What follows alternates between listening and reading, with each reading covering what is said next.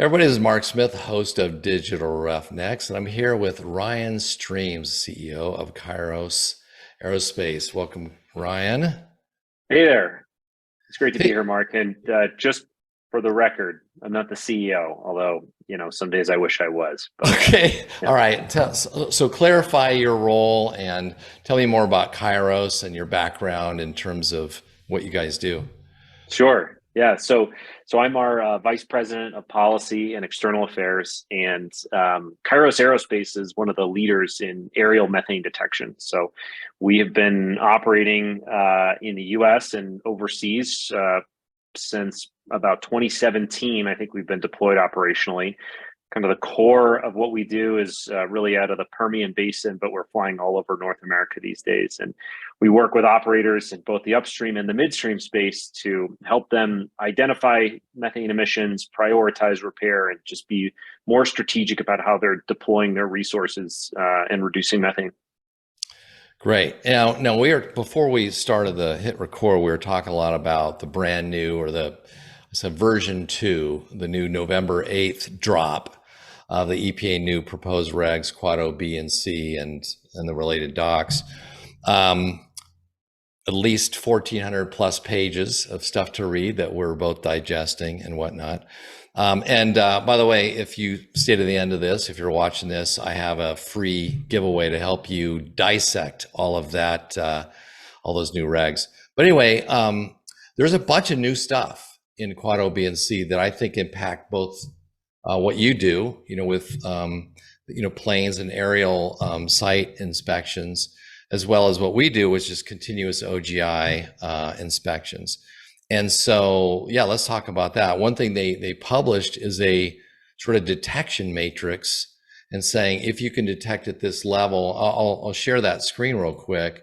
We kind of talk about that, but how this goes here. So, yeah, they're basically saying, hey, if you have a technology that can detect at 30 kilograms per hour or 10 kilograms or less, then this is how you have to do your manual OGI inspection combo. So, yeah, I want to talk about that in relationship to Kairos. Yeah, absolutely. I think, Mark, one of the things that really stands out to me when I was reading this rule is that I think EPA deserves a lot of credit, because there has been a huge amount of work and advancement that has taken place in our ability to detect and just understand methane emissions more broadly. This rule isn't perfect. I think there's going to be a lot of people finding a lot of things to bring up in the public comment period, but it's clear that they really took a broad look at the science and at the technology landscape today, and tried to write a rule that gives companies multiple pathways to get to the goal of compliance and methane reduction. So, I think credit where credit is due. This matrix is the result of a lot of technology developers, including Kairos, investing a lot in creating these new systems. And then, EPA did the hard work of reading and digesting all of that material. So when I look at this table, right, what jumps out to me is that, with an aerial detection system like the one that Kairos uses, we're actually looking at being able to offer multiple different pathways for companies that want to use aerial surveys to satisfy the leak detection requirements. So, with a combination of some, data analysis and operational changes, we're going to be able to fly at that 10 kilograms 6 times per year, or that 30 kilograms, every month, paired with those OGI inspections, which I think is really interesting, because instead of sort of the one size fits all proposal that we saw from EPA last year, they really are trying to allow companies to make those cost benefit trade-offs that fit their operations best, and design programs that use different technologies in different ways. Yeah, and the other thing they did is put a chart in there for continuous, and which is kind of where we fit, right? So the big idea, and that we have worked through Colorado's alt-aim, and one of the things that's interesting about the new regs is EPA is replacing their current AMO program with something that akin to Colorado's alt-aim, which we've kind of moving through already and engaged with the EPA on. And the good thing about that is this process is now recognizing a continuous OGI system to say, hey, if you got continuous OGI, no need to do any monthly OGI or quarterly OGI inspections. That is the inspection, right? But what we recognize is that for our respective clients, they're looking to us to do a combination of things, right? They may say, hey, on new sites, my high producing sites, whatever, I want to roll out continuous, and for a bunch of reasons, operational reasons, remote monitoring and management, and other things. But man, I got 80-90% of my sites, that they pre-exist, and I got to figure out what to do with them. So aerial becomes the best combination. And so now we've introduced 3 different things. We've said, okay, well, some might be continuous OGI, some might be planes plus manual OGI, and maybe some other ones will be just manual OGI, and maybe for some, they want to add some sensors, so this combination of stuff. I know for us, we think that, well, anyway, I'll let you speak to it, but the combo of planes and aerial inspections and continuous provides an interesting combo. Yeah, absolutely. I mean, as much as I am a big believer in the technology that we have and using airplanes to survey these very wide areas, right? There obviously is a benefit to the continuous platform like what Clean Connect offers, where you can tie in all of these different data streams that might relate to safety and production information and site access that an aerial system isn't really designed to do. But I do think that when I look at how these regulations are going to impact operators, it really is going to allow them to sort of tailor make a leak detection program where they can deploy all of these different technologies in a way that really plays to their particular strengths. So for, a continuous system, if you have, kind of a high consequence area that you're operating in where you really, really need to make sure because of your location with, natural resources or, the local community, whatever it is, right? That site might require a little bit of a different fit from, your old legacy production that's, really, flung far afield. And so you can bring in the aerial, right, where it can be really cost effective at covering those very large areas, providing you with those frequent looks. But then when you need that sort of all of those other different elements that a continuous system can pull together, you can bring that in as well. And I really like the way that EPA approached that. I also like the idea that these technologies, right, once approved, are going to be broadly applicable. I mean, you and I both know we've gone through the regulatory approval process, and it is just so incredibly painful and slow. EPA is now saying once you're approved, other operators are going to be able to, pull from those methods off the shelf. And so I think that's going to really accelerate the deployment of any kind of technology, right? Once it makes it through that EPA review process, which, by the way, I think they have streamlined and hopefully made a bit easier to hit, especially when you compare it to the the AML program, right? That was just so burdensome and really kind of a black box.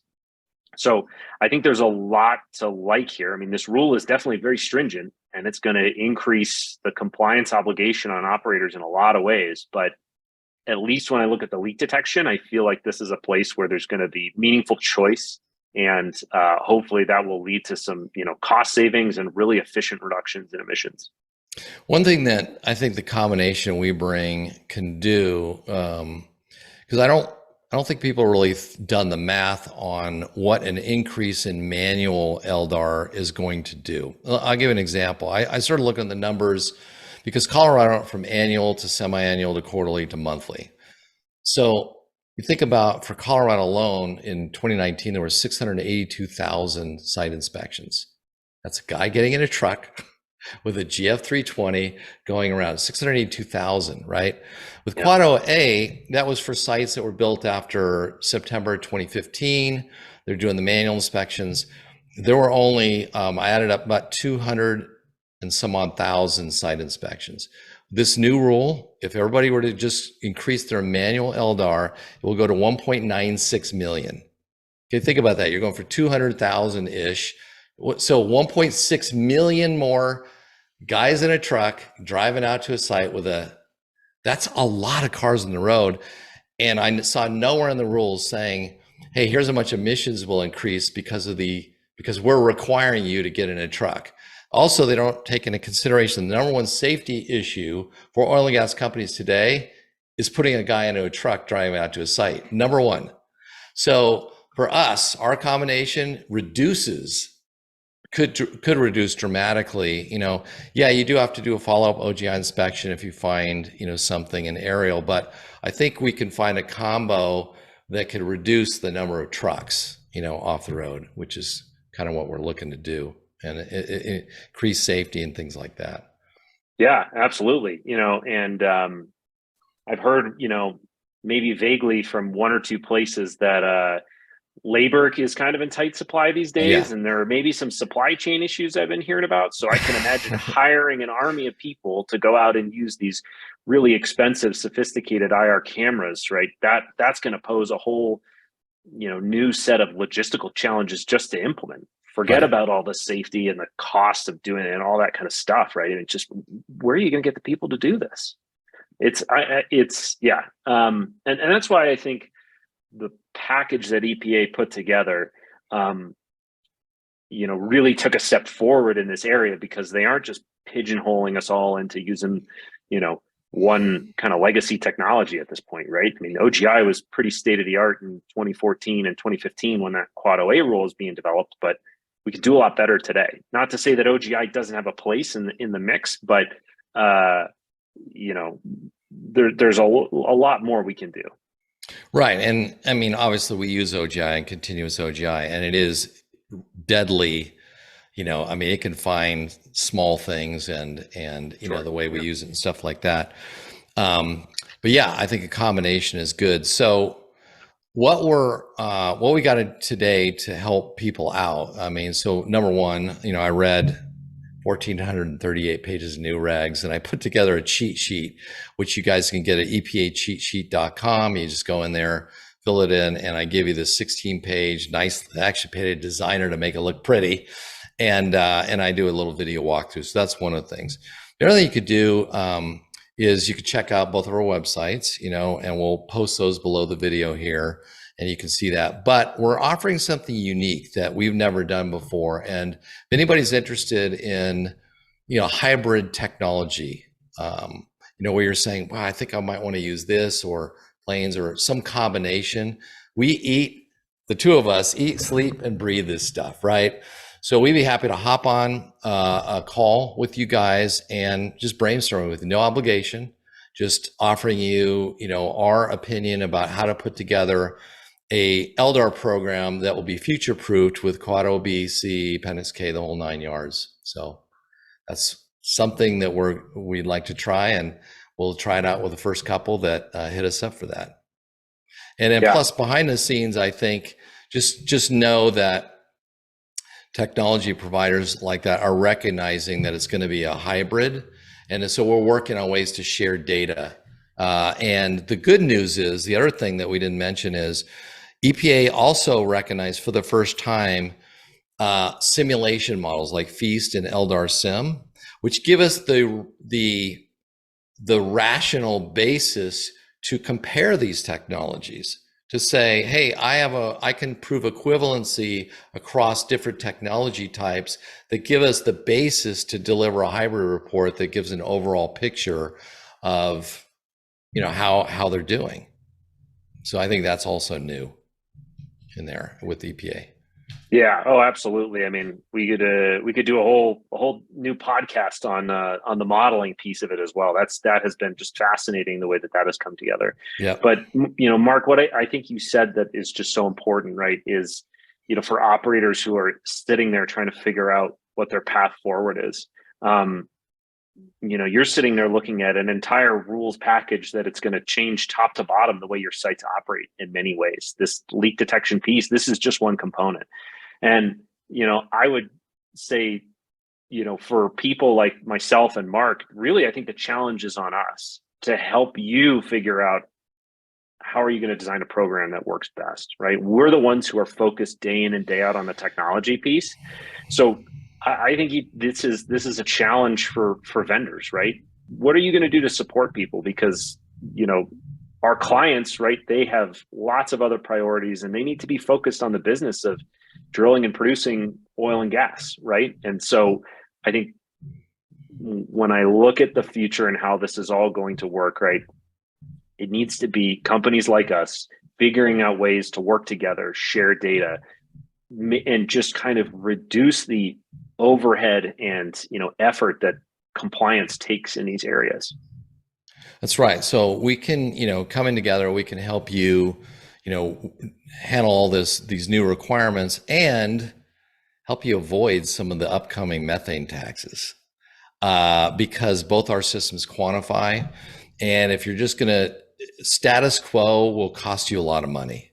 I will just say it that because the emission factors are actually going to go up by 3 to 10 fold in the new subpart W. That's another one of the downsides of this. So if you just do emissions inventory the way you've been doing it, you're going to run into some tax issues. Whereas both our systems can quantify, so you have another basis because the Inflation Reduction Act also introduces this new idea of providing empirical data in addition to the emission factors. So you now have the basis to come back and say, well, wait, I actually measured this over here and I measured it over here. This is what I'm going to use to prove my, methane intensity. So both Ryan and I are huge advocates of, using actual measurements where you can, in this whole thing. So, absolutely. All right. So there you go. We'll put all the links below the episode. And thanks again, Ryan, for being on here. And we look forward to working together on solving our clients' LDAR problems. Absolutely. Thanks for having me. I really enjoyed it. Great.